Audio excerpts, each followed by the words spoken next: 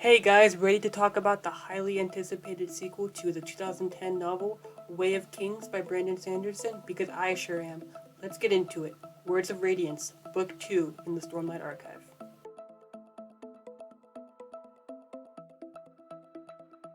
So this book picks up right after The Way of Kings. We have Kaladin now in charge of the bridge crew and the personal security for Dalinar. We have Shalon and Jasna making their way to the Shattered Plains to figure out the research that Jasna was completing in the first book, as well as Adolin. They are now fully supporting his father and ready to do what he thinks is necessary to take control of the kingdom and protect it.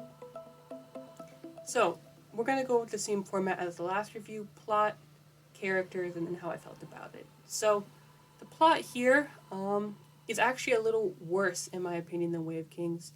There's a lot of setup in this book, a lot of background with Shalon traveling near the beginning and Kaladin just doing monotonous tasks of protecting Dalinar and the king. This isn't necessarily a bad thing. It's the same format as the first book where it builds, but for whatever reason, I just wasn't that into it this time. Maybe I was so excited after the end of the first one. I read the second one right away. I was a little impatient, so maybe that's on me, but it was slow at the beginning. However, as the book builds, there's a big secret that I don't want to reveal with the Parshendi, the enemies of the main characters. That made it really interesting. That was kind of revealed in the middle and affected the rest of the book. And it looks like it's going to affect the rest of the universe. So that hint, that secret, I'm not going to tell you guys what it is going to really blow your mind and keep you reading until the end. Going off of that, the end, right? The last 200 pages, I talked about how in The Way of Kings, it was something you couldn't put down. And it's the same in this, right? The climax is insane. They go to a place that just blew your mind. There's one battle between Kaladin and someone else. Wow, it's crazy. It was something out of an anime almost. It was mind-blowing, and it had me flipping the pages furiously, to figure out what was going to happen next. Talking about Kaladin, he's not the depressed person that he was in the first one, which I appreciated. He's a lot less whiny. There's not really any flashbacks of him as there were in the first book, so I actually thought he was a better character in this, and I felt like I was rooting for him more, even if some of the choices he makes in this book can be questionable. Now, Shalon, this is really her book. It focuses a lot on her, and that's something I really appreciated. I like Shalon. She's one of my more favorite characters, and the amount she builds and becomes her own character, and this is insane. By the end of the book, she's completely different than when she was in the beginning, and I can't wait to see what Sanderson does with her in book 3. Now, going to my favorite character, Dalinar, he kind of gets the short end of the stick in this one. He's not really focused on that much, and he is in it, and he does play a big role, especially at the end. But a large amount of this book isn't focused on him.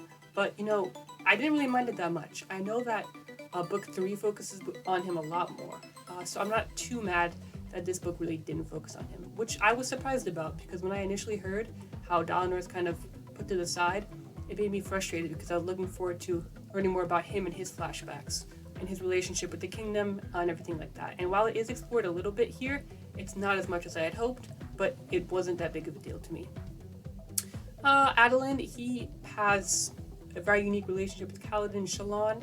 They're setting up something here, some romance, which I don't really know how I feel about. It feels a little YA to me, but we'll see how it goes in book 3. I have an open mind.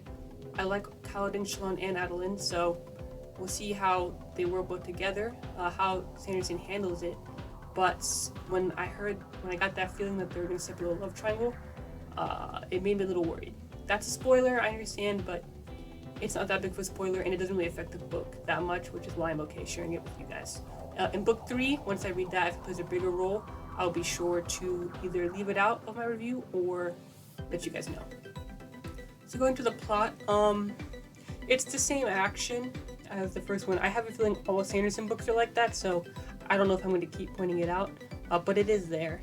I think that in this one in particular, it wasn't the traditional trope, hero's trope as much with Kaladin as it was in the first one, which I appreciated, and Shalon had a very unique story that really spanned a large amount of space and time, which I thought was really cool. It kept the plot moving forward, and then once again, like I mentioned, that climax is is insane. So overall thoughts, I think it's a little bit better than the first one, which I gave a 4 out of 5 to, so I'm going to give this one a 4.5 out of 5. The pace is a little better. It does drag a bit at the beginning, but not as much as the first one. I don't mind Kaladin as much in this one, and though Dalinar, my favorite character, isn't in it that much, I didn't mind it because Shalon, who takes center stage in this book, really carries it and made me feel and care about her and her story and how grand it was. One more negative I just thought of. Death isn't really something that's permanent in this universe, that's all I'm going to say.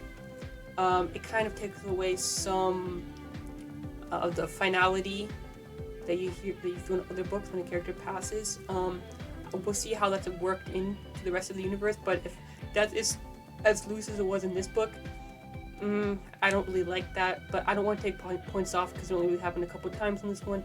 If it continues to happen, if it's a trend, then I will have to take points off for future books in this series. So once again, 4.5 out of 5.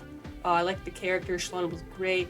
Kaladin was better. Dalinar, while not in it, was cool at the end, and when he was in the book, Adeline, Shalon, and Kaladin had a unique love triangle setup, which I don't really know how I feel about yet. We'll see in the third one.